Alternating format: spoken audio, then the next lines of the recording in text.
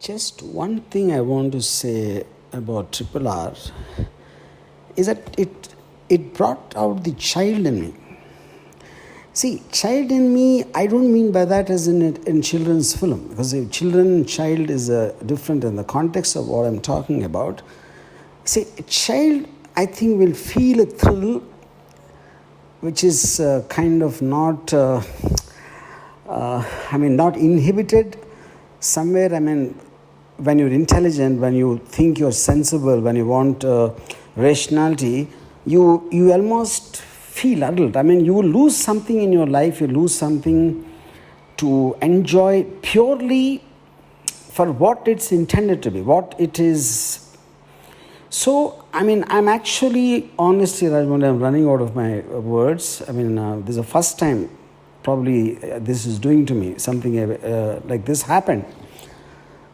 I can talk about anything and I can talk with so much of clarity and all that. First time actually I'm running out of words. So I find it far superior to even Bahubali and Bahubali 2, because see, Bahubali 2 for me still is like, in the range of the Helen of Troy in very early times and Gladiator and a version of that. Fine, fair enough, superb. But Triple R, I think, is something which is, there is no benchmark.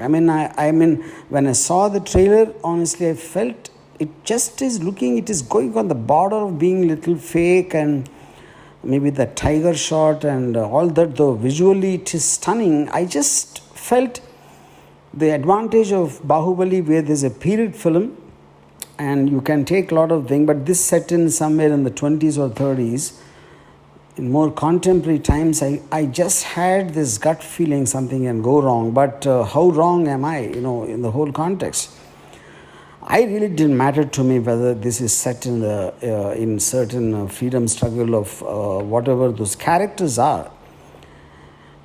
And just in one line, I want to say, so okay, now the context, I felt there's a fairy tale element involved. There is something like the little girl being kidnapped, which is not the thing for me. But the sweep of the narrative, see, the visual, of course, is mind-blowingly fantastic, nothing unlike anything I've seen before. But even the narrative sweep, I think, is unique in the context. You're a person you just love. You love a frame, you love a visual, you love an emotion attached to it. And it is so, obvious in every frame. It's like a brush strokes of a great artist, though I'm not into paintings. So which is the reason I'm once again saying that I'm just running out of words. Now, for me, the actors, somewhere in the reports I heard that Charan's character is better or something. I think it's nonsense. I think I can't pick out, because every time anyone is there, it's working as well. I won't say one is better than the other. One is as good as the other in the context of whatever the film is talking about, the character's requirement or whatever you call. And the action sequences, I don't even know how to talk about it. Each and everything. I really don't believe there's a parallel. I am not a big superhero fan of a superhero franchise, the Marvel comics and all that. When I heard about the Ram Charan and Tarak fight, I thought somewhere it will be in the zone of the Batman-Superman fight. It should be somewhere around that. But I felt it caught such a right balance between being real and unreal. There is a human being and there is a Superman kind of a strength or a ability, you call. So the emotions on Tarak's and Ramcharan's face is so human, and what they do is superhuman, and that mix is something I don't believe I've ever seen so far. That is something else. And I think it is audacious to even imagine that animals coming and fighting, letting them out. And that is something pulled off. It was something like I felt myself kind of, just sitting an inch above it in the tension or the joy or what. I am actually not able to explain what emotion I felt while watching Triple R.